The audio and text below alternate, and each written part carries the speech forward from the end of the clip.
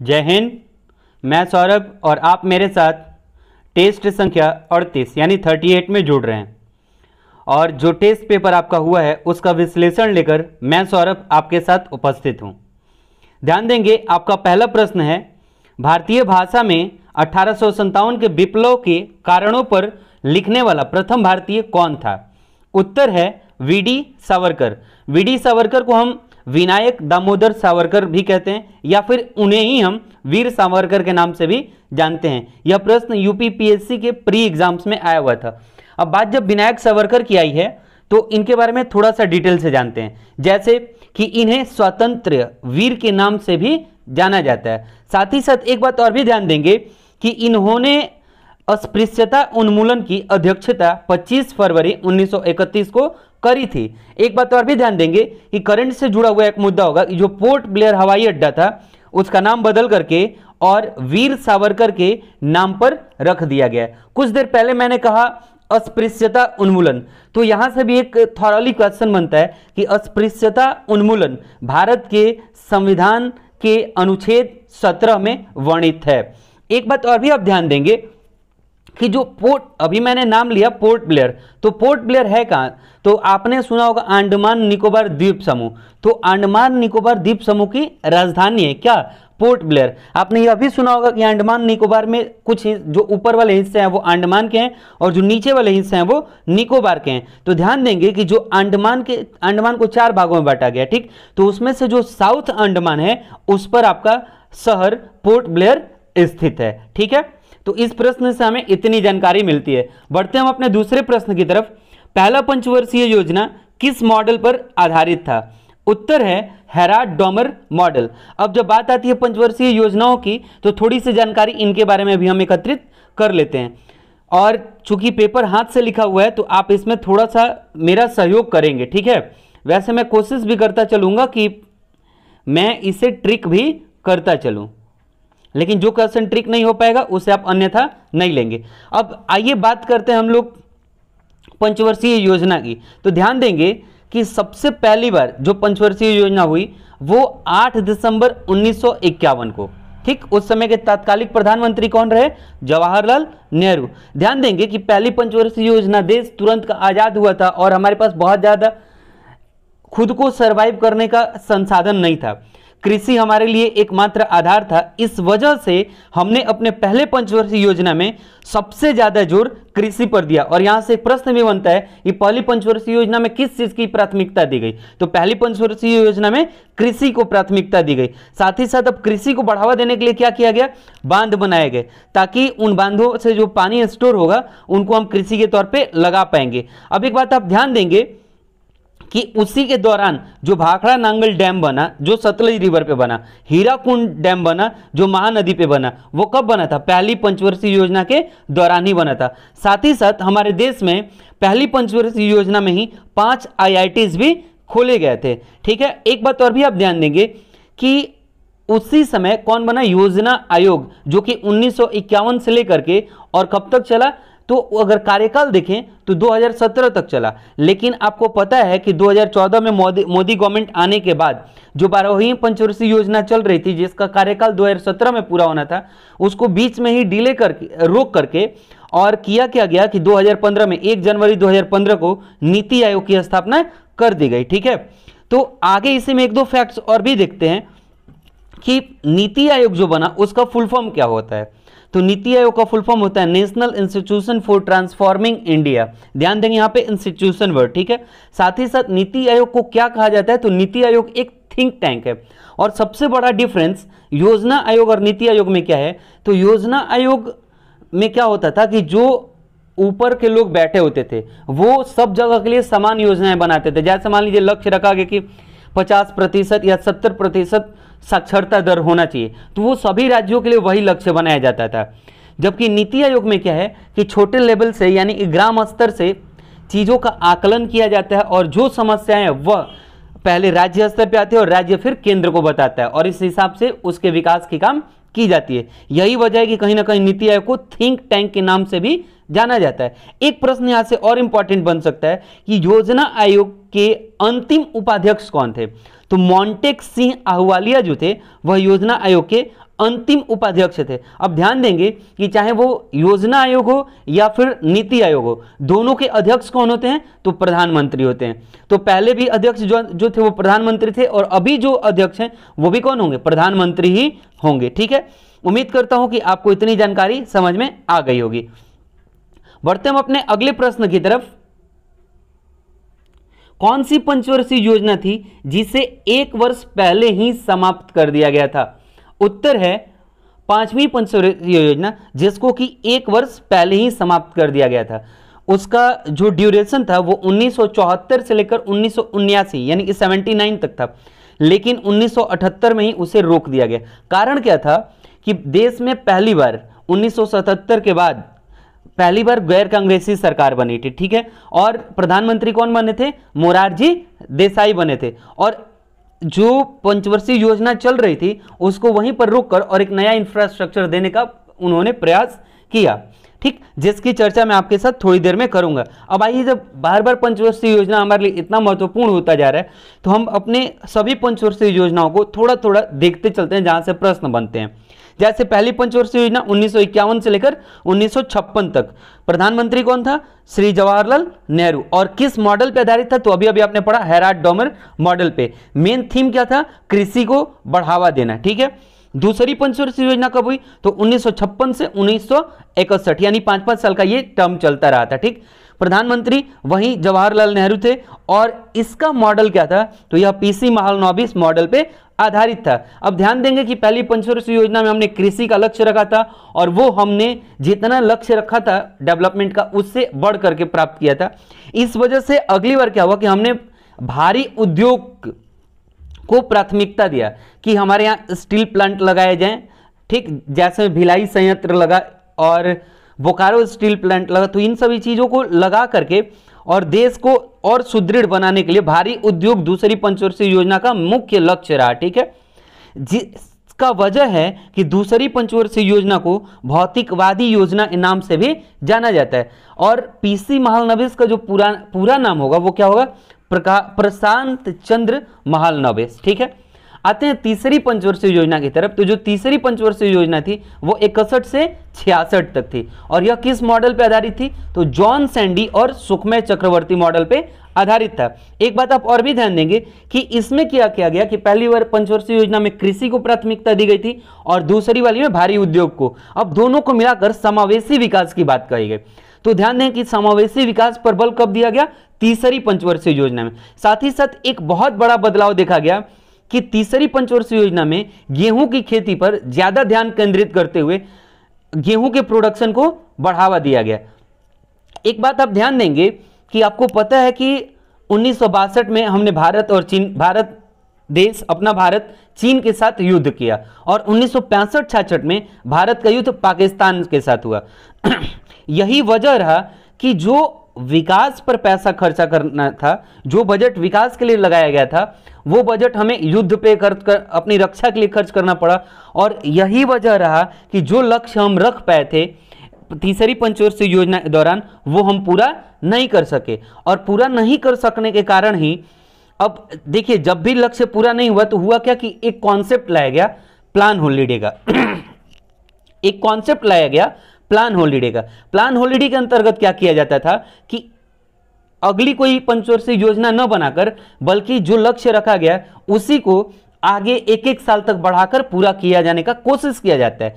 तो सबसे पहली बार प्लान हॉलिडे कब आया? तो 66 से 67 पहला प्लान हॉलिडे था। ठीक, इसके बाद 67 से 68 भी प्लान हॉलिडे रहा, और 68 से 69 भी प्लान हॉलिडे के तौर पे, यानी ये 3 वर्ष जो 3 बार योजनाएं आई वो प्लान हॉलिडे के तौर पे आई, और जिसमें हमने क्या किया कि जो तीसरी पंचवर्षीय योजना में हमने लक्ष्य रखा था उसको प्राप्त किया। अब एक बात ध्यान और भी देंगे कि प्लान हॉलिडे का कॉन्सेप्ट किसके मॉडल पे आधारित है? तो प्लान हॉलिडे का जो मॉडल है वो मिडर्न के मॉडल पे आधारित है।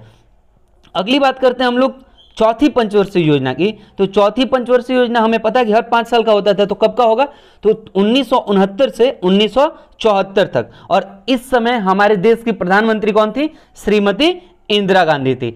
ध्यान देंगे कि यह जो योजना था यह अशोक रुद्र एवं AS मानने के मॉडल पर आधारित था। ठीक, और इस दौरान हुआ क्या कि पहली बार भारत में 14 बैंकों का राष्ट्रीयकरण किया गया। हरित क्रांति से कृषि के विकास की बात पर जोर दी गई। साथ ही साथ 1971 में इसी योजना के अंतर्गत इंदिरा गांधी जी ने पहली बार गरीबी हटाओ का नारा दिया। ध्यान देंगे कि यहां से प्रश्न बना हुआ है, इसलिए मैं इस चीज को एम्फेसाइज कर रहा कि पहली बार गरीबी हटाओ का नारा इंदिरा गांधी ने किस पंचवर्षीय योजना के तहत दिया। तो चौथी पंचवर्षीय योजना में सिर्फ और सिर्फ गरीबी हटाओ का नारा दिया गया था। आगे हम बढ़ेंगे और देखते हैं पांचवी पंचवर्षीय योजना। अब देखिए हुआ क्या कि पांचवी पंचवर्षीय योजना का जो कार्यकाल तय किया गया वो 1974 से 1979 यानी 79 तक का तय किया गया। लेकिन 1977 में कुछ कारणवश सरकार गिर गई कांग्रेस की। ठीक है, और रीजन क्या हुआ कि पहली बार देश में आजादी के बाद गैर कांग्रेसी सरकार बनी, जनता पार्टी और जनसंघ के समर्थन से। ठीक, और इसके तहत मोरारजी देसाई को प्रधानमंत्री नियुक्त किया गया, वो भी सीनियरिटी के आधार पे किया गया था। ठीक, और यहीं पर उन्होंने क्या किया कि इस जो पंचवर्षीय योजना जारी था उसे रोक करके और कुछ नई चीजें उन्होंने जोड़ने का प्रयास किया। जैसे कि उन्होंने जो राज्य ट्रांसपोर्ट की बात कही, राज्य के स्कूल्स की बात कही, जिसपे मैं आपको एक पूरे पंचवर्षीय योजना पर वीडियो बनाकर बहुत जल्द ही आप सभी को सौंप दूंगा, जो कि आपके एग्जाम के लिए बहुत ही ज्यादा बेनिफिशियल होगा। अब एक बात और भी ध्यान देंगे कि जो पांचवी पंचवर्षीय योजना थी वो किस मॉडल पर आधारित थी, यहां से भी प्रश्न आया हुआ है। तो जो डीपी धर मॉडल था वही पांचवी पंचवर्षीय योजना का मॉडल रहा। और इस योजना में मुख्य उद्देश्य क्या रखा गया कि गरीबी उन्मूलन यानी कि गरीबी को जड़ से हटाने की बात कब कही गई, पांचवी पंचवर्षीय योजना में, जबकि गरीबी हटाओ का नारा कब दिया गया, चौथी पंचवर्षीय योजना में। अब चूंकि आप अभी देख पा रहे हैं कि 1974 से 1979 तक जो योजना चलनी थी 1978 में उसे ब्रेक कर दिया गया। साथ ही साथ जो सरकार बदलने की वजह से फ्लक्चुएशन हुआ, इस वजह से जो इस पांचवी पंचवर्षीय योजना का लक्ष्य था वह क्या हुआ, पूरा नहीं हो पाया। और पूरा नहीं हो पाने की वजह से ही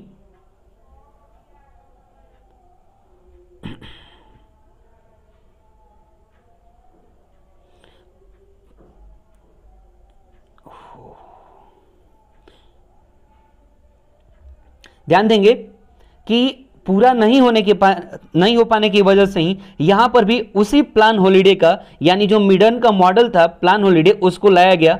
और किया क्या गया कि 1978 से 1979 और 1979 से 1980 का दो प्लान हॉलिडे लाया गया तथा पांचवी पंचवर्षीय योजना का जो लक्ष्य रखा गया था गरीबी उन्मूलन, उसको अचीव करने की कोशिश की गई।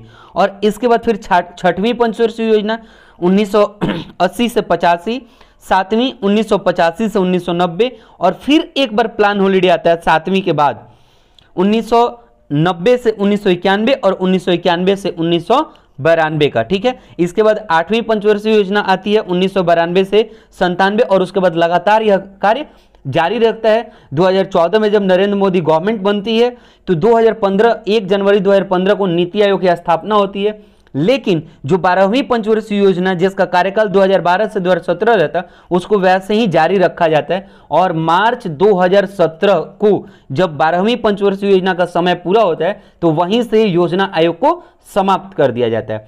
तो ये जानकारी थी आपकी पंचवर्षीय योजना से संबंधित। अब बढ़ते हैं अपने अगले प्रश्न की तरफ। हाल ही में किस राज्य के मुख्यमंत्री ने श्रम सिद्धि अभियान की शुरुआत करी है? ठीक है, तो उत्तर है मध्य प्रदेश। मैं इसे ट्रिक भी कर देता हूं। अब ध्यान देंगे कि हाल ही में यानी 22 मई 2020 को मध्य प्रदेश राज्य के प्रत्येक पंचायत में श्रम सिद्धि अभियान की शुरुआत की गई है, जिसके तहत होगा क्या कि जिसके पास भी जॉब नहीं है उसको जॉब कार्ड बनाकर दिया जाएगा और उस जॉब कार्ड के तहत उन्हें रोजगार प्रदान कराया जाएगा। बढ़ते हैं हम अपने अगले प्रश्न की तरफ। जीवन अमृत योजना इम्यूनिटी बढ़ाने के लिए किस राज्य ने अभियान की शुरुआत की है? तो उत्तर है मध्य प्रदेश। इसका भी उत्तर क्या होगा? मध्य प्रदेश। अब देखिए इसमें होगा क्या कि इस योजना के तहत इम्यूनिटी बढ़ाने के लिए मध्य प्रदेश सरकार ने त्रिकूट चूर्ण, जिसमें पीपल, अदरक और काली चूर्ण को मिला करके एक त्रिकूट चूर्ण बनाया जाएगा, जो मध्य प्रदेश गवर्नमेंट ने 1 करोड़ लोगों तक बांटने का लक्ष्य रखा है। अब ऐसा क्यों, इम्यूनिटी बढ़ाने की बात क्यों आ गई? तो आपको पता है कि वर्तमान में कोविड-19 का केस, जो कि हमारे इम्यून सिस्टम को इफेक्ट करके और हमारी इम्यूनिटी को कमजोर होने की वजह से हमारे ऊपर प्रभावित होकर फैटल यानी जानलेवा साबित हो रहा है। तो उस संक्रमण से बचाव के लिए हमें क्या करना होगा कि अपनी इम्यूनिटी स्ट्रांग करनी होगी, और इसी के लिए अमृत योजना की शुरुआत मध्य प्रदेश गवर्नमेंट ने अपने राज्य में की है। तो मध्य प्रदेश की जब बात आती है तो वहां के सीएम आप सभी को पता होगा कि शिवराज सिंह चौहान है वर्तमान में, और वहां के गवर्नर कौन है? लालजी टंडन। और मध्य प्रदेश की राजधानी आप सभी को पता है भोपाल, और भोपाल सबसे स्वच्छ शहर है। ठीक है, आगे बढ़ते हम लोग। वह शाखा जिसमें छोटे छोटे जीवों का अध्ययन किया जाता है क्या कहते हैं? तो उत्तर है पैलेंटोलॉजी। अब ध्यान देंगे, पैलेंटोलॉजी का हिंदी जो होता है वो पादपाश्म विज्ञान होता है। ठीक, इसमें होता है कि जो छोटे छोटे जीव हैं उनका अध्ययन किया जाता है। बढ़ते हम अपने अगले प्रश्न की तरफ।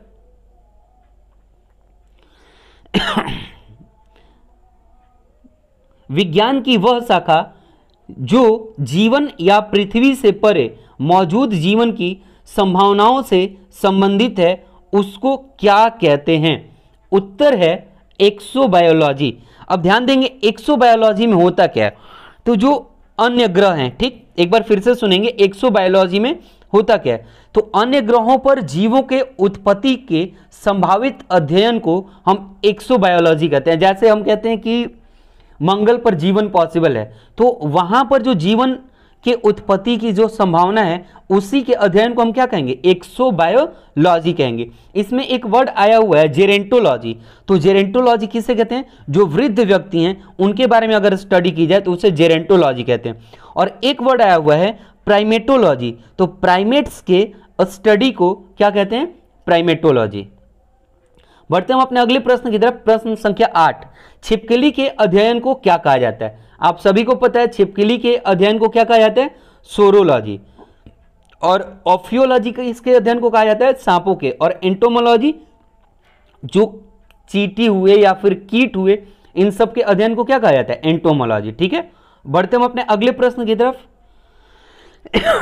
किस राज्य के मंत्रिमंडल ने खेलों को उद्योग का दर्जा दिया है? तो इस प्रश्न का चर्चा मैं पहले भी कर चुका हूं, जिसका उत्तर मिजोरम होगा। और मैंने इसको अपने डेली डोज, जो आपको रेगुलर डेली डोज मिलते हैं सुबह 5 बजे, उसमें मैंने इस चीज की चर्चा करी है, जिसमें मिजोरम के बारे में भी मैंने कुछ इंपॉर्टेंट फैक्ट्स बताए हैं, तो उसे आप ध्यान देंगे। और हम बढ़ते हैं अपने अगले प्रश्न की तरफ। हाल ही में किसने भारत की जैव विविधता समरसता मानक कार्यक्रम शुरू किया है? उत्तर है प्रकाश जावड़ेकर। प्रकाश जावड़ेकर कौन है? तो आप सभी को पता है कि प्रकाश जावड़ेकर हमारे केंद्र में मंत्री हैं। और आप मुझे बताएंगे कि इनके पास कौन सा मंत्रालय है, या फिर मैं ही बता देता हूं, मानव संसाधन मंत्रालय जो है वो किसके पास है? प्रकाश जावड़ेकर के पास है, जिसको हम एचआरडी मिनिस्ट्री के नाम से भी जानते हैं। ठीक है, बढ़ते हैं अपने अगले प्रश्न की तरफ। हाल ही में बलबीर सिंह दोसांझ का निधन हुआ है, वे कौन हैं? तो मैंने बलबीर सिंह दोसांझ पे भी डेली डोज संख्या 251 के क्वेश्चन नंबर 2 में डिस्कस किया था कि बलबीर सिंह दोसांझ जो हैं यह एक हॉकी प्लेयर हैं, तथा इन्हीं के नाम पर एक हॉकी स्टेडियम का नाम भी रखा गया है। तो आप मुझे बताएंगे वो हॉकी स्टेडियम कौन सा है उस वीडियो को देख करके, क्योंकि हर प्रश्न को बार बार डिस्कस करना पॉसिबल नहीं है, उससे होता क्या है कि वीडियो बहुत लंबा हो जाता है। बढ़ते हम अपने अगले प्रश्न की तरफ। हाल ही में किस देश की टेनिस खिलाड़ी जेमी हैप्टन ने सेवानिवृत्ति की घोषणा की है? उत्तर है अमेरिका। बढ़ते हम अपने अगले प्रश्न की तरफ। हाल ही में किस देश के फुटबॉल खिलाड़ी आर्टिज अटूरिज ने संन्यास की घोषणा की है? उत्तर है स्पेन। बढ़ते हम अपने अगले प्रश्न की तरफ। हाल ही में किस बैंक ने सीनियर सिटीजन केयर एफडी योजना की शुरुआत की है? ध्यान देंगे कि एचडीएफसी जो बैंक है उसने सीनियर सिटीजन केयर एफडी योजना की शुरुआत की है। अब जब बात एचडीएफसी की आती है तो इसकी स्थापना कब हुई थी? अगस्त 1994 तथा इसका हेडक्वार्टर कहाँ है? मुंबई में। और इसके जो वर्तमान में चेयरमैन है वो कौन है? सीएम वसुदेव। और इसके फाउंडर कौन है? विभू वर्गीस। बढ़ते हम अपने अगले प्रश्न की तरफ। हाल ही में किस राज्य के मुख्यमंत्री ने रीस्टार्ट पैकेज की पहली किस्त जारी की है? तो उत्तर है आंध्र प्रदेश।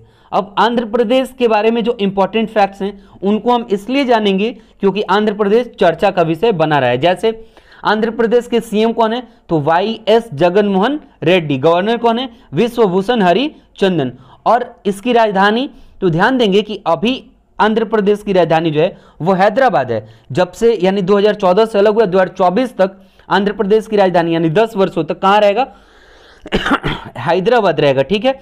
और इसकी प्रस्तावित राजधानी जो इसको राजधानी के तौर पर डेवलप किया जा रहा है वो है अमरावती। तो उसके बाद आंध्र प्रदेश की राजधानी क्या हो जाएगी?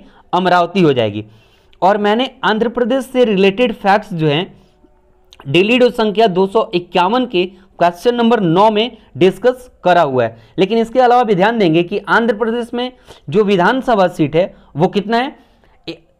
176। और राज्यसभा सीट कितनी है? 11। मैं राज्यसभा सीट इसलिए चर्चा कर रहा क्योंकि अभी हाल ही में राज्यसभा से कुछ लोग जाने वाले हैं, तो हो सकता है कि किसी राज्य के राज्यसभा सीट की संख्या आपसे पूछ दे। अब एक बात और भी आप ध्यान देंगे कि आंध्र प्रदेश से कट के बना है तेलंगाना। ठीक है। और तेलंगाना बना कब? फरवरी 2014 में। ध्यान देंगे कि आंध्र प्रदेश तट से लगा हुआ है और जो तेलंगाना है वो किसी भी समुद्री तट से नहीं लगता है, अर्थात आंध्र प्रदेश लैंडलॉक राज्य नहीं है लेकिन तेलंगाना जो है वो लैंडलॉक राज्य है। एक बात और भी ध्यान देंगे कि जो आंध्र प्रदेश है यह 1 नवंबर 1956 को भाषा के आधार पर बनने वाला पहला राज्य था।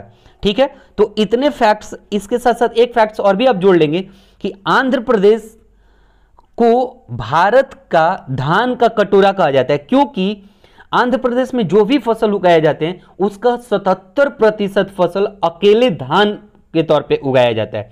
यही वजह है कि आंध्र प्रदेश को क्या कहते हैं? धान का कटोरा कहते हैं। ठीक है। बढ़ते हम अपने अगले प्रश्न की तरफ। प्रश्न संख्या 16।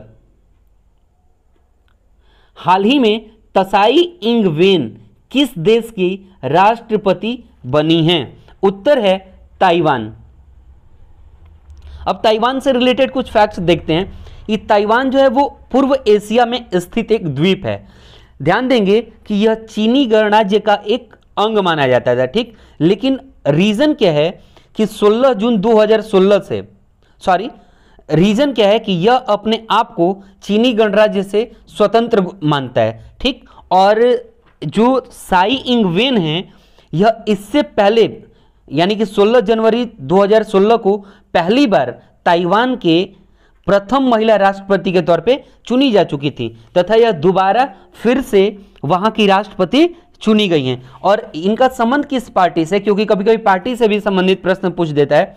तो जो डेमोक्रेटिक प्रोग्रेसिव पार्टी है उससे यह जुड़ी हुई है। कौन? Sai Ing Wen. एक बात और भी ध्यान देंगे कि ताइवान की मुद्रा क्या है? तो ताइवान की मुद्रा है ताइवान न्यू डॉलर। बढ़ते हम अपने अगले प्रश्न की तरफ। हाल ही में किस राज्य सरकार ने शराब की एमआरपी के ऊपर 50% स्पेशल कोविड फीस लगाने की घोषणा की है? ध्यान देंगे उत्तर है ओडिशा। हुआ क्या कि आप सभी को पता है कि कोविड की वजह से सडन हमारा देश लॉकडाउन की स्थिति में रहा। उस दौरान इकोनॉमी भी क्लैश हुई। ठीक। और कहीं ना कहीं इस चीज की भी भरपाई के लिए गवर्नमेंट ने क्या करा कि जो अल्कोहल है उस पर टैक्स बढ़ा दिया और उसका नाम दिया कोविड टैक्स या कोविड फी। तो उसके दौरान जो ओडिशा राज्य है उसने 50% तक जो शराब की एमआरपी है उसको बढ़ा रखा है। अब आइए हम ओडिशा से संबंधित कुछ बातें जानते हैं। जैसे वर्तमान में ओडिशा के जो सीएम हैं नवीन पटनायक हैं जो बीजू दल पार्टी से हैं। ठीक। उसके यहाँ वहां के गवर्नर कौन है? गणेशी लाल। एक बात और भी आप ध्यान देंगे कि उड़ीसा को जब हम प्राचीन समय में जाएंगे बीसी में, यानी ईसा मसीह के जन्म से पहले, तो जब हम 261 बीसी में जाते हैं तो कलिंग नाम का एक शब्द सुनते हैं जहां पर कि सम्राट अशोक ने आक्रमण किया था। तो वह जो कलिंग है इसी उड़ीसा का पुराना नाम है।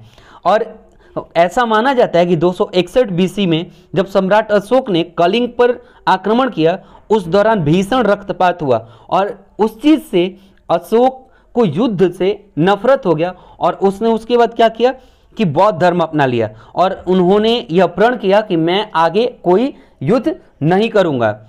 साथ ही साथ आपको पता होगा कि उस समय बौद्ध संगति हो रही होती है, 2 बौद्ध संगति हो चुकी होती है और तीसरी बौद्ध संगति 251 बीसी में, यानी कि ईसा मसीह के जन्म से 251 साल पहले ठीक तीसरी बौद्ध संगति होती है, जिसकी अध्यक्षता मोगलीपुत्तिस और कहाँ होती है? तो पाटलिपुत्र में होती है। और उस समय का शासक कौन होता है? तो सम्राट अशोक शासक होते हैं, ठीक है।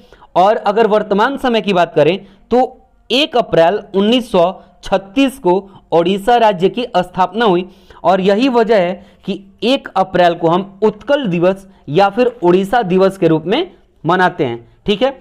उम्मीद करते हैं कि इतनी जानकारी आपके लिए सफिशिएंट होगी। हम बढ़ते हैं अपने अगले प्रश्न की तरफ। अगला प्रश्न है 18। हाल ही में जलवायु परिवर्तन के लिए विश्व बैंक के प्रैक्टिस मैनेजर के रूप में किसे नियुक्त किया गया है?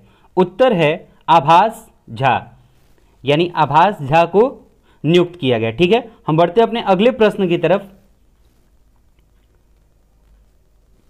विटामिन B6 का रासायनिक नाम क्या है? उत्तर है पायरिडॉक्सिल फॉस्फेट। क्या है? पायरिडॉक्सिल फॉस्फेट। तो इसमें पूरा नाम नहीं दिया हुआ है, सिर्फ पैराडॉक्साइड दिया हुआ है, तो आप इसी ऑप्शन को चूज करेंगे। बढ़ते हम अपने अगले प्रश्न की तरफ।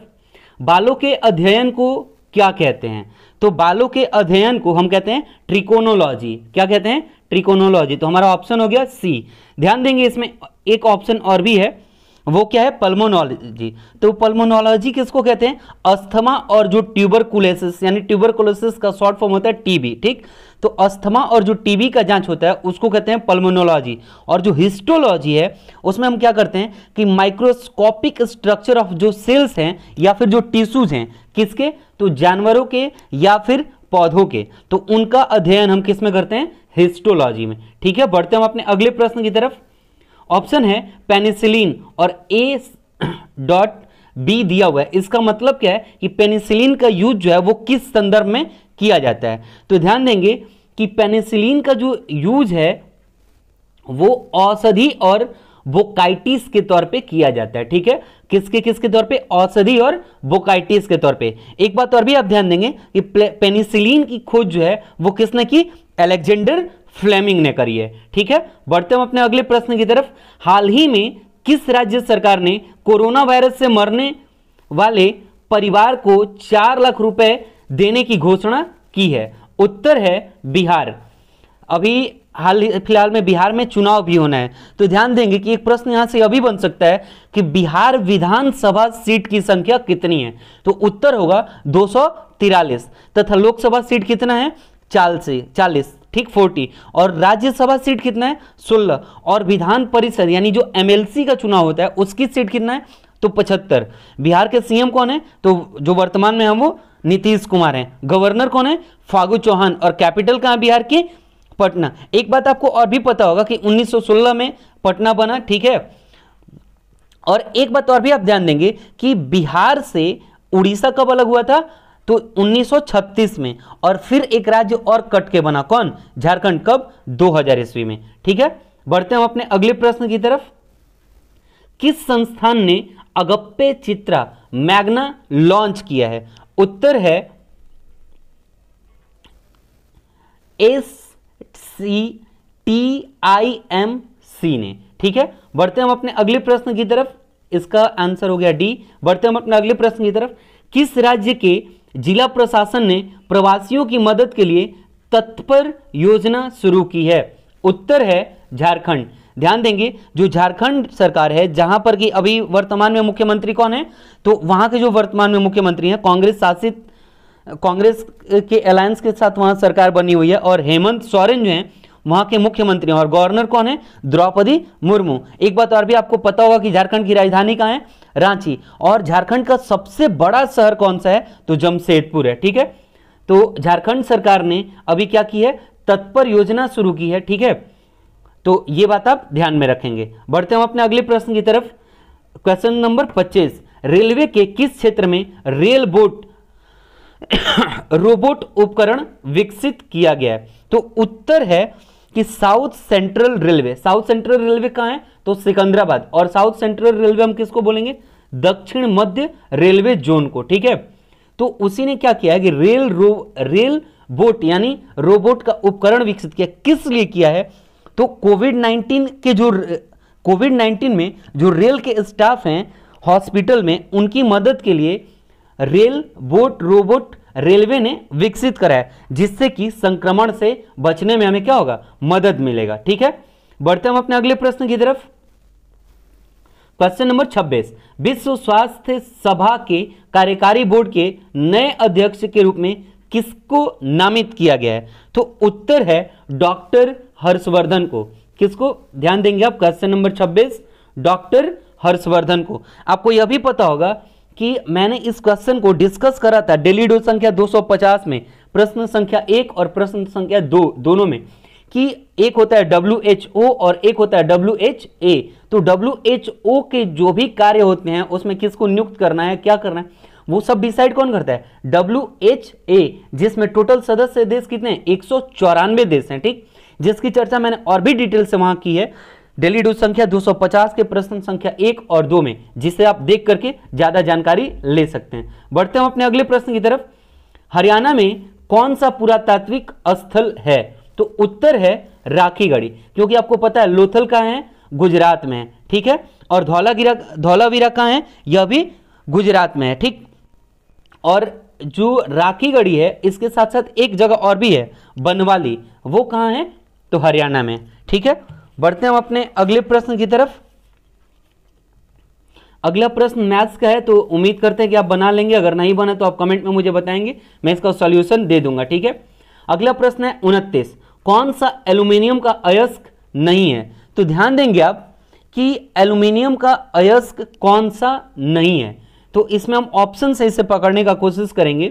तो क्योलिन, ये भी एल्यूमिनियम का अयस्क है, कोरंडम भी है, क्रायोलाइट भी है, चेकोसाइट जो है, चाल्कोसाइट, वो जो है वो कॉपर का अयस्क है। किसका है, चाल्कोसाइट जो है वो कॉपर का अयस्क है, तो इसका आंसर क्या हो जाएगा, चाल्कोसाइट, क्योंकि यह कॉपर का अयस्क है। ठीक है, और एक बात और भी आप ध्यान देंगे कि कभी कभी एक प्रश्न बनता है कि भूपर्पटी पर पाया जाने वाला सबसे अधिक अयस्क कौन है, तो वह अयस्क है एल्यूमिनियम। और एल्यूमिनियम का प्रमुख अयस्क कौन सा है, तो एल्यूमिनियम का प्रमुख अयस्क है बॉक्साइट। ठीक है, बढ़ते हम अपने अगले प्रश्न की तरफ। प्रश्न संख्या 30 जो है वो रीजनिंग का प्रश्न है, वो मुझे उम्मीद है कि आप बना लेंगे।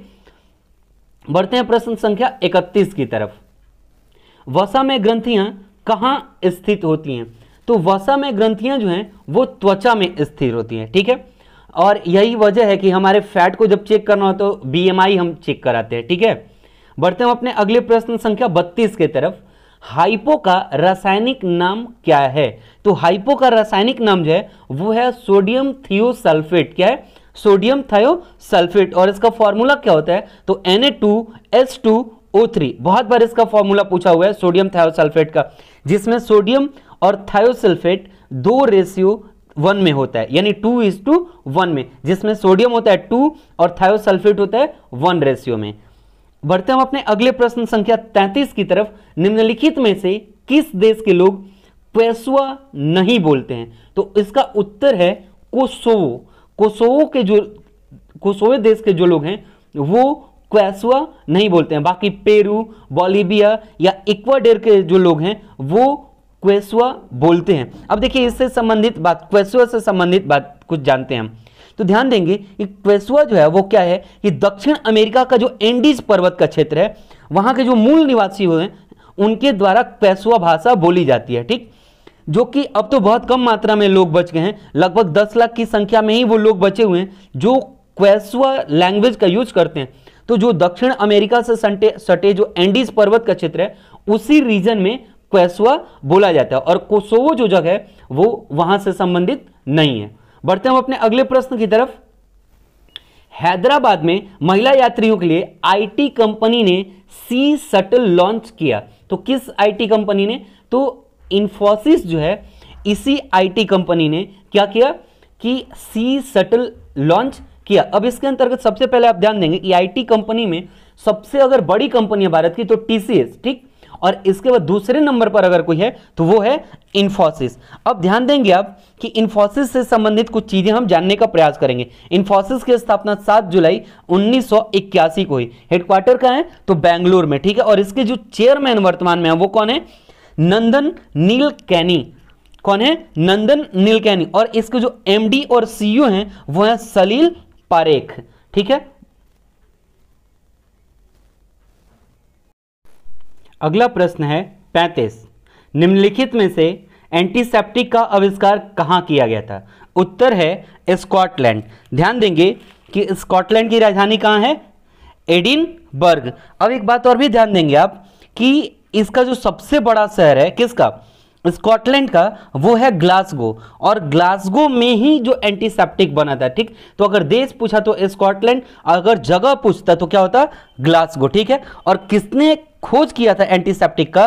तो जोसेफ लिस्टर ने। इस तरह से इसका आंसर क्या हुआ? स्कॉटलैंड, ठीक है।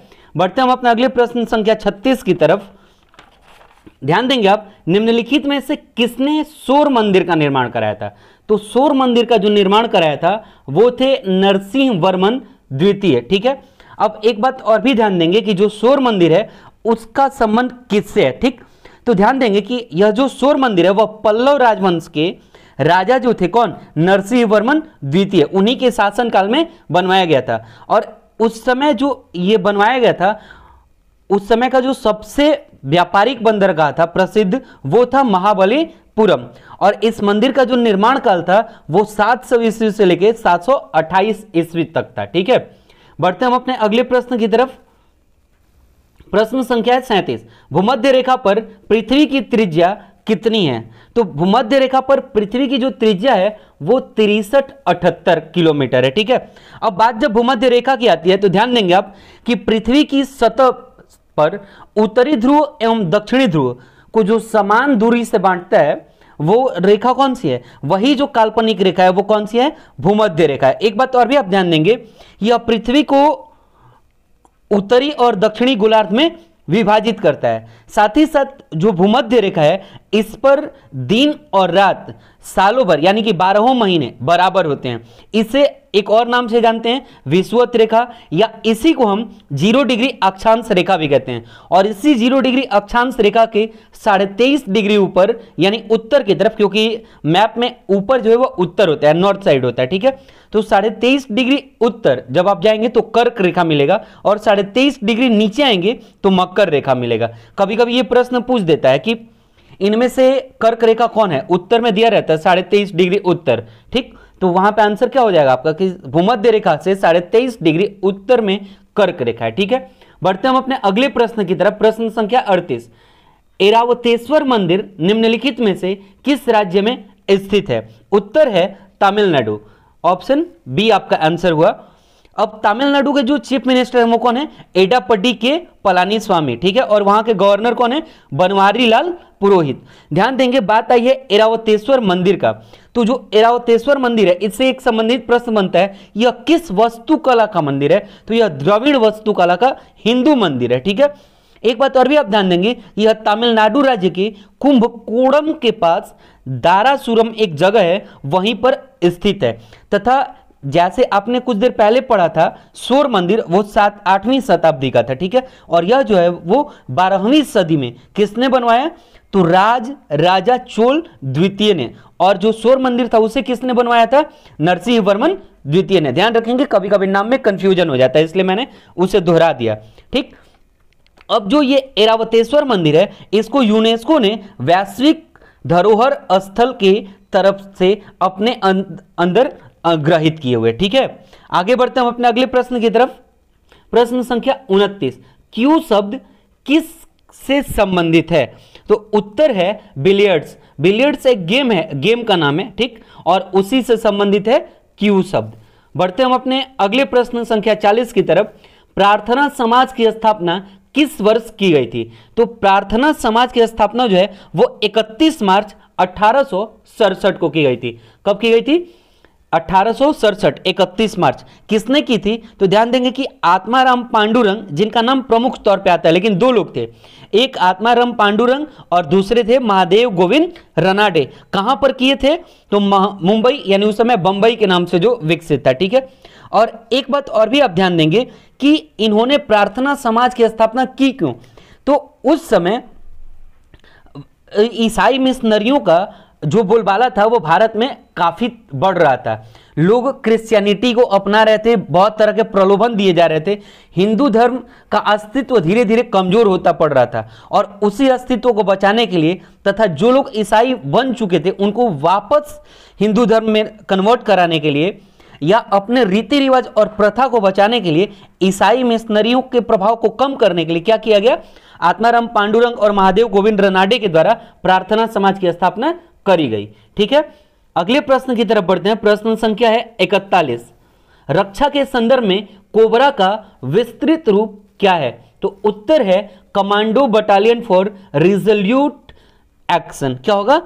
Commando battalion for resolute action, ये फुल फॉर्म था। बढ़ते हम अपने अगले प्रश्न की तरफ। प्रश्न संख्या 32। निम्नलिखित में से कौन दुनिया का सबसे छोटा रेगिस्तान है? तो दुनिया का सबसे छोटा रेगिस्तान जो है वो कॉर क्रॉस रेगिस्तान है। लगभग 1 वर्ग मील में यह फैला हुआ है, ठीक। ये है कहां? कॉर क्रॉस मरुस्थल तो कनाडा में एक जगह है यूकोन, वहीं पर यह जगह स्थित है, ठीक है। बढ़ते हम अपने अगले प्रश्न की तरफ। प्रश्न संख्या 43। निम्नलिखित में से कौन रफी उद दर्जात के पिता हैं? तो रफी उद दर्जात के पिता कौन है? रफी उस सहान। रफी उद दर्जात के पिता कौन है? रफी उस सहान। बढ़ते हम अपने अगले प्रश्न संख्या 44 की तरफ। पहला राज्यसभा चुनाव निम्नलिखित में से किस वर्ष में हुआ था?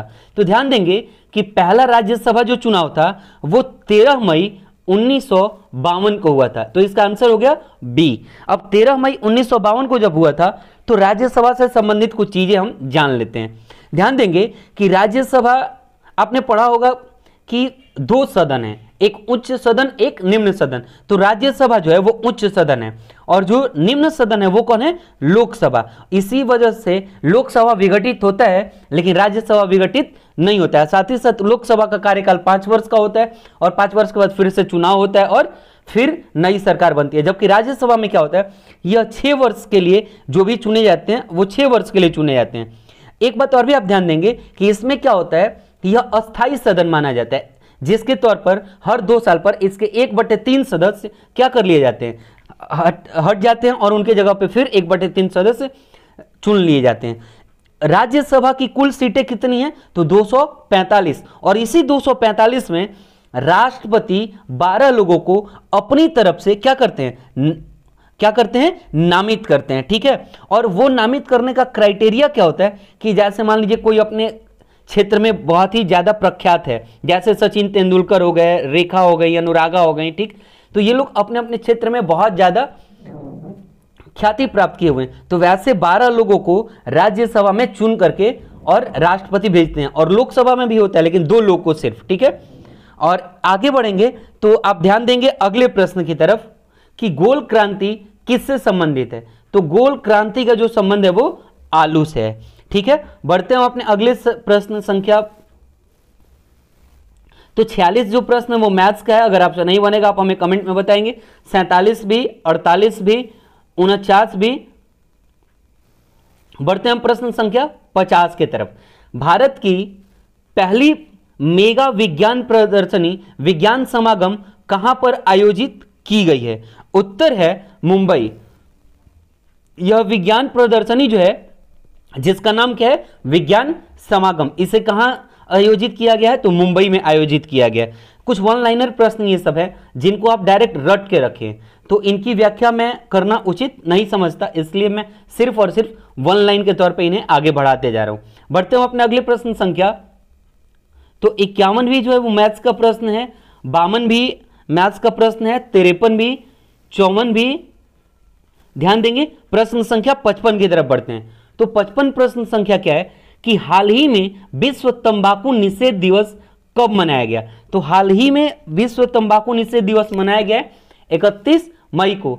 इसमें क्या होता है कि तंबाकू के जो लूफहोल्स हैं, जो तंबाकू की वजह से नुकसान है, जैसे कैंसर का होना, माउथ कैंसर का होना, इन सभी चीजों के लिए अवेयर लोगों को किया जाता है। ठीक, बढ़ते हम अपने अगले प्रश्न की तरफ। हाल ही में भारत का पहला राष्ट्रीय AI पोर्टल किसने लॉन्च किया? तो ध्यान देंगे कि AI का फुल फॉर्म यहां पे क्या होगा? Artificial intelligence. और इसे किया किसने है? तो हमारे जो केंद्रीय मंत्री रविशंकर प्रसाद हैं, उन्होंने लॉन्च किया। ठीक, अब बात आती है जब आर्टिफिशियल इंटेलिजेंस का, तो ध्यान देंगे कि ये है क्या, जो पोर्टल लॉन्च किया गया है ये है क्या? तो ये जो है वो वन स्टॉप डिजिटल प्लेटफॉर्म है। ठीक है, जिस प्लेटफॉर्म पे क्या होगा कि लोग अपने आर्टिकल्स या फिर स्टार्टअप्स या फिर आर्टिफिशियल इंटेलिजेंस की चीजों को निवेश फंड के तौर पे रखेंगे। ठीक है, बढ़ते हैं हम अपने अगले प्रश्न की तरफ।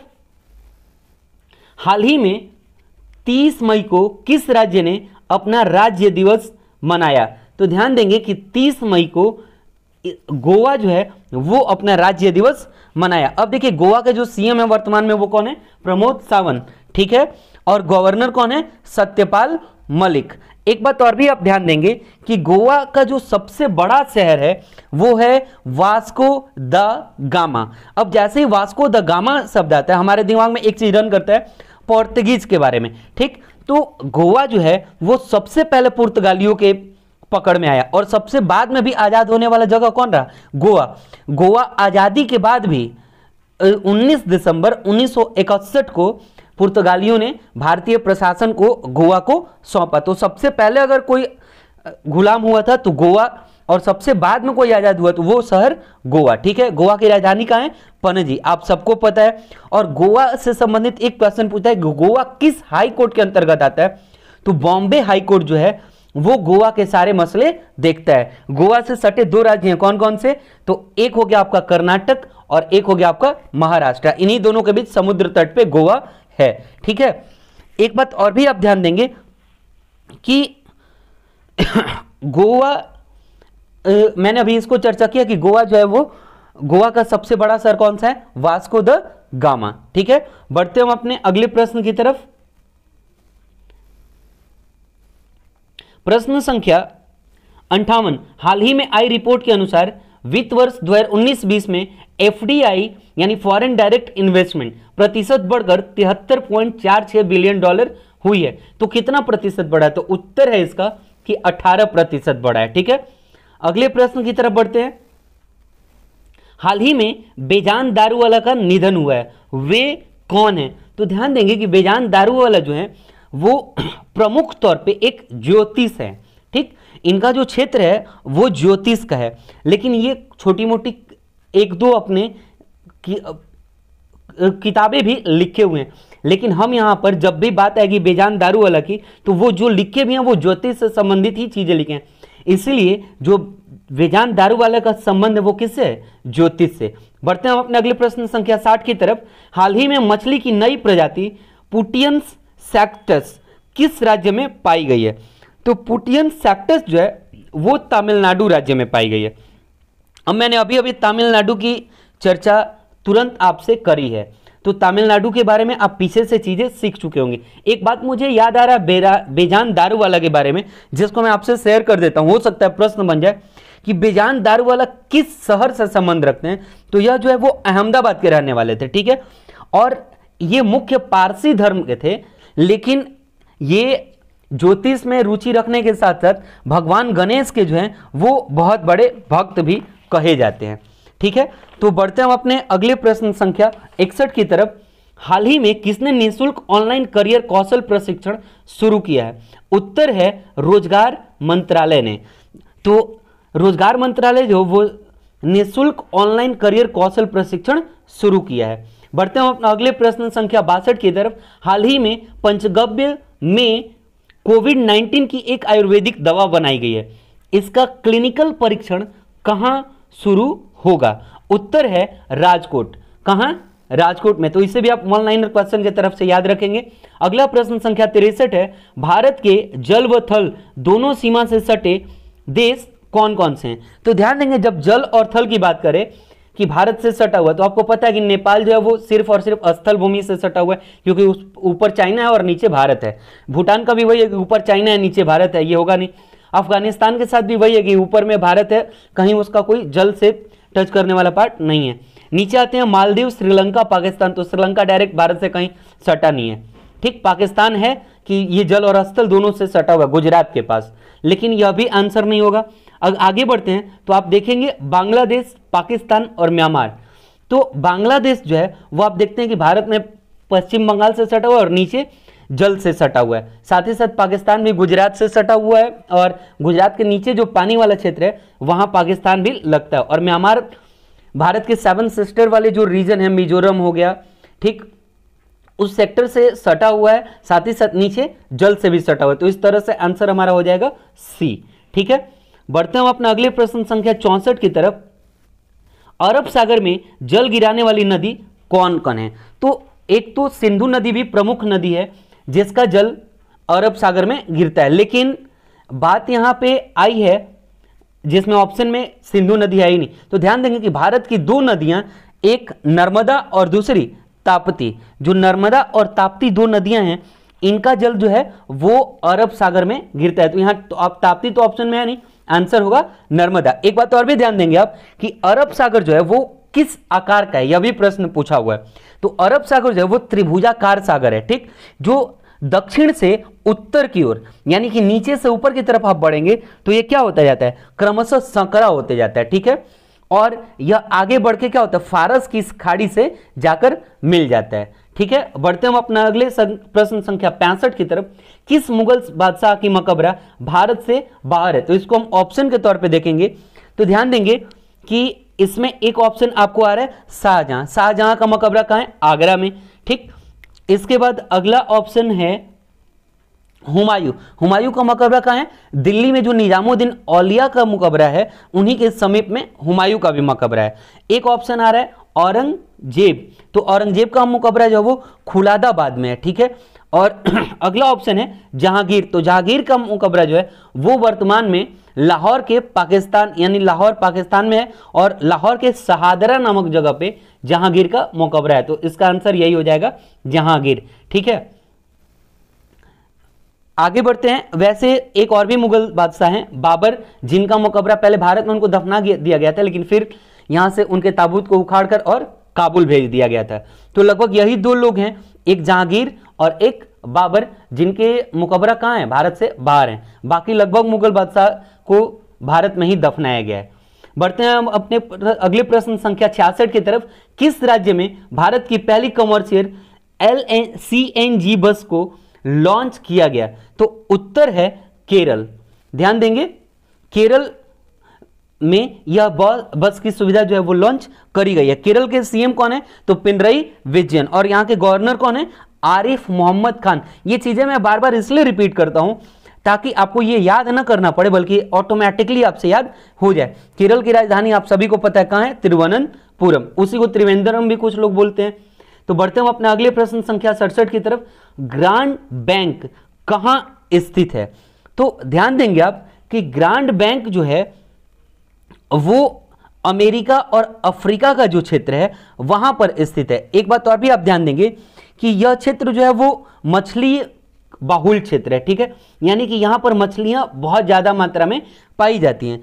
और यह जो है वो गर्म जलधारा और ठंडी जलधारा दोनों का यहाँ पे मिश्रण होता है, और यही वजह है कि बहुत काफी मात्रा में क्या होता है? मछलियां पाई जाती हैं। और बात अफ्रीका और अमेरिका की हुई तो यहाँ पर आंसर क्या हो जाएगा? प्रशांत महासागर, ठीक है।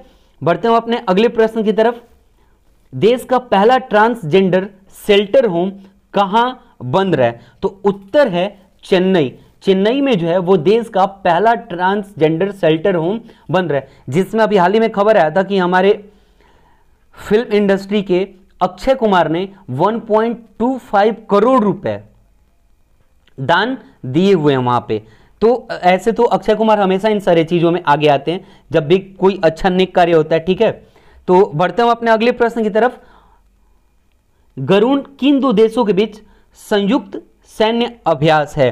तो भारत और फ्रांस के बीच जो संयुक्त सैन्य अभ्यास होता है वो उसका नाम क्या है? गरुड़ है, ठीक है।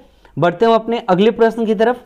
शिवाजी का गुरु एवं संरक्षक कौन था? तो शिवाजी के दादा का नाम था कोंडदेव और वही जो थे इनके गुरु भी थे, राजनीतिक गुरु भी थे और इनके संरक्षक भी थे, ठीक है। बढ़ते हम अपने अगले प्रश्न की तरफ। मराठा साम्राज्य में पेशवा को क्या कहा जाता था? तो मराठा साम्राज्य में पेशवा जो होते थे वो प्रधानमंत्री होते थे, ठीक है। तो इसका आंसर हो जाएगा बी। बढ़ते हम अपने अगले प्रश्न संख्या 72 यानी 72 की तरफ। राष्ट्रकूट वंश का संस्थापक कौन था? तो राष्ट्रकूट वंश का संस्थापक जो था वो दंती दुर्ग था, यानी ऑप्शन हो जाएगा सी। बढ़ते हम अपना अगले प्रश्न संख्या 73 की तरफ। भारत छोड़ो आंदोलन के समय इंग्लैंड का प्रधानमंत्री कौन था? तो भारत छोड़ो आंदोलन जो है वो कब हुआ था? 1942 में, और 1942 में इंग्लैंड के जो प्रधानमंत्री थे वो कौन था? विंस्टन चर्चिल थे, ठीक है। बढ़ते हम अपने अगले प्रश्न संख्या 74 की तरफ। आरबीआई ने किस टेलीकॉम कंपनी के एम पेसा सर्टिफिकेट को रद्द किया है? तो ये रद्द किया किसको? वोडाफोन कंपनी को, ठीक है। बढ़ते हम अपने अगले प्रश्न की तरफ। प्रश्न संख्या 75। तवा किसकी सहायक नदी है? तो ध्यान देंगे आप कि तवा जो है वो नर्मदा की सहायक नदी है। बढ़ते हैं अगले प्रश्न संख्या 76 की तरफ। कौन सा शहर डिजिटल लेन देन में सबसे आगे है? तो हम सभी को पता है कि जब भी डिजिटल की बात आती है तो डिजिटल के मामले में सबसे आगे कौन है? बेंगलुरु। तो बेंगलुरु जो शहर है वो क्या है? डिजिटल लेन देन के मामले में सबसे अग्रणी है भारत में, ठीक है। बढ़ते हैं हम अपने अगले प्रश्न संख्या 77 की तरफ। समुद्र तल पर वायुमंडलीय दाब है, तो समुद्र तल पर जो वायुमंडलीय दाब है वो है 760 mmHg, ठीक है। बढ़ते हैं हम अपने अगले प्रश्न संख्या 78 की तरफ। हवा का वाष्प घनत्व कितना होता है? तो हवा का वाष्प घनत्व होता है 14.4। एक बात ध्यान रखेंगे, ये सारे डेटाबेस प्रश्न हैं और डेटाबेस जो प्रश्न होते हैं उनको आप डायरेक्ट हूबहू याद कर जाएं तो आपके लिए वही फायदेमंद रहेंगे। अगले प्रश्न संख्या 79 की तरफ बढ़ते हैं। पके आम में क्या पाया जाता है? तो पके आम में सबसे ज्यादा विटामिन जो है वो होता है ए, और उसके साथ साथ पके आम में एक और विटामिन पाया जाता है सी। तो पके आम में विटामिन ए और विटामिन सी पाया जाता है। अगर ऑप्शन में सिर्फ ए दिया हो, सी नहीं हो, तो आप ए को भी ट्रिक कर सकते हैं। अगले प्रश्न की तरफ बढ़ते हैं। चाय में कौन सा अम्ल पाया जाता है? तो चाय में पाया जाने वाला अम्ल है टैनिक अम्ल। अब यहां पे जो बात आती है, एक ऑप्शन है फॉर्मिक, तो आपको पता है चींटी के डंक में पाया जाता है। लैक्टिक तो आपको पता है दूध में पाया जाता है, और सिट्रिक आपको पता है खट्टे फलों में पाया जाता है, ठीक। बढ़ते हैं अपने अगले प्रश्न की तरफ। धमनी द्वारा कौन सा रक्त प्रवाहित होता है? तो ध्यान देंगे कि जो धमनी है वो ऑक्सीजन युक्त ब्लड ले जाने का काम करता है, लेकिन उसी में एक धमनी और होता है फुसफुस धमनी, जो क्या करता है? इसके ठीक ऑपोजिट काम करता है, वो डीऑक्सीजनेटेड ब्लड को लाता है, ठीक। और एक वर्ड आपने और भी सुना होगा, क्या? सीरा। तो सीरा क्या करता है? वो डीऑक्सीजनेटेड ब्लड को लाता है, लेकिन उसी में एक वर्ड होता है फुसफुस सीरा, ठीक है। तो वो क्या करता है कि वो ऑक्सीजनेटेड ब्लड को कैरी करता है, ठीक। तो यहां पे आपने क्या पढ़ा था कि धमनी द्वारा कौन सा रक्त प्रवाहित होता है? तो आंसर हो जाएगा शुद्ध रक्त, क्योंकि ऑक्सीजनेटेड ब्लड जो होता है वो शुद्ध रक्त होता है।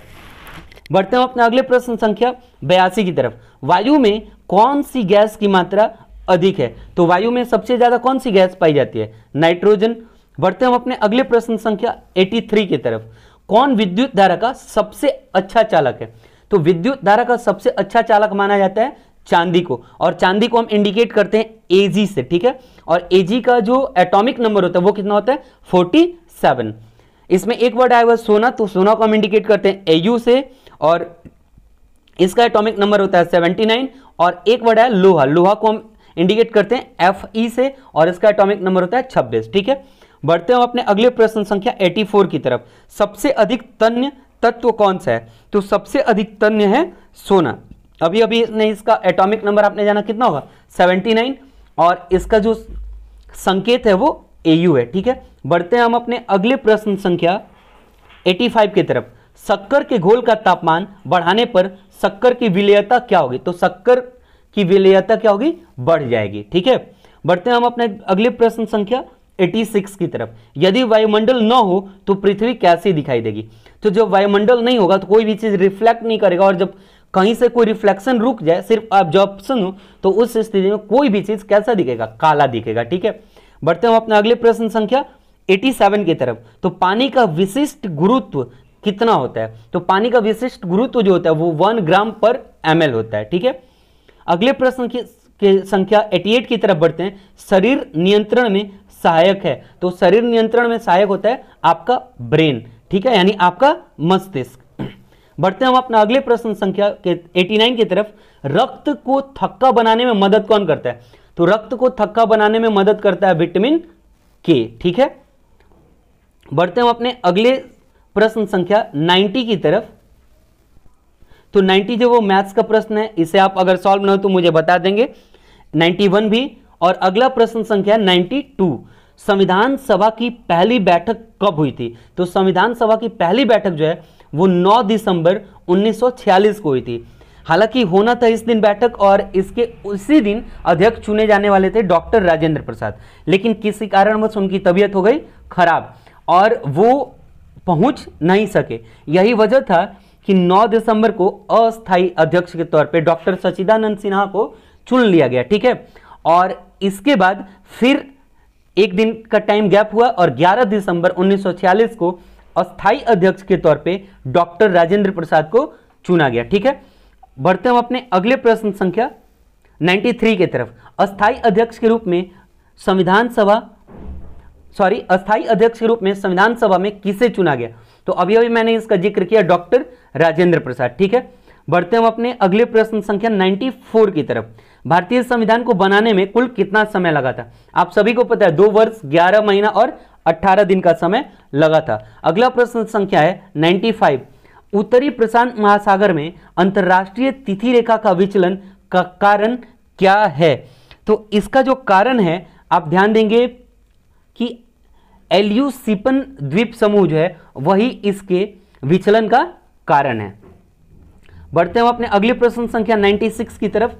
दबाव समूह का कार्य क्या है? तो जो दबाव समूह होता है वो क्या करता है कि सेल्फ का जो हित होता है, अपने जो स्वार्थ सिद्धि की बात होती है, उसके लिए सरकार पे प्रेशर बनाता है। तो इसका आंसर क्या हो जाएगा? ये अपने स्वार्थ की पूर्ति के लिए सरकार पर दबाव बनाने वाला जो ग्रुप है वही क्या कहलाता है? दबाव समूह ग्रुप कहलाता है। ठीक है, बढ़ते हम अपने अगले प्रश्न संख्या 97 की तरफ। दबाव समूह का उल्लेख सामान्यतः होता है, तो अभी अभी आपने पढ़ा कि वो अपने निजी हित की काम करते हैं, तो इसमें भी आंसर क्या हो जाएगा? विशेष हित समूह के रूप में जो दबाव समूह होता है वो जाना जाता है। अगले प्रश्न संख्या 98 की तरफ बढ़ते हैं। डीडी मैकिन ने दबाव समूह को परिभाषित किया है, तो किस तौर पे परिभाषित किया है? तो उन्होंने इसे गुमनाम साम्राज्य का रूप बताया है, क्योंकि यहां पर सामने से तो कोई आता नहीं है, सामने से तो सरकार होती है और उस पर जो दबाव बनाया जाता है एक विशेष ग्रुप के द्वारा अपने निजी हित के लिए, इसी वजह से डीडी मैकिन ने इसे गुमनाम साम्राज्य के रूप में व्याख्या करी है। ठीक है, अगले प्रश्न संख्या 99 की तरफ बढ़ते हैं। हाल ही में किस देश में भारतीय पुरातत्व विभाग को 1100 साल पुराना शिवलिंग प्राप्त हुआ है? तो उत्तर है वियतनाम। अब ध्यान देंगे कि वियतनाम में 1100 साल पुराना शिवलिंग प्राप्त हुआ है, तो वियतनाम की राजधानी आपसे पूछी जा सकती है। वियतनाम की राजधानी होगी हनोई, और वहां के जो प्रधानमंत्री हैं वो कौन है? गुएन जुआन फुक। इतना इंफॉर्मेशन आपके लिए काफी है। हम बढ़ते हैं अपने आज के आखिरी प्रश्न की तरफ। हाल ही में एडीबी का मुख्यालय कहाँ है? एशियन डेवलपमेंट बैंक का मनीला। तो आप देखेंगे इसमें कि हाल ही में एडीबी ने कोविड-19 से लड़ने के लिए किस देश को $250 मिलियन का ऋण देने की घोषणा करी है? तो इसका आंसर होगा नेपाल। और नेपाल की राजधानी कहाँ है? काठमांडू। और नेपाल के जो प्राइम मिनिस्टर है वो कौन है? केपी शर्मा ओली।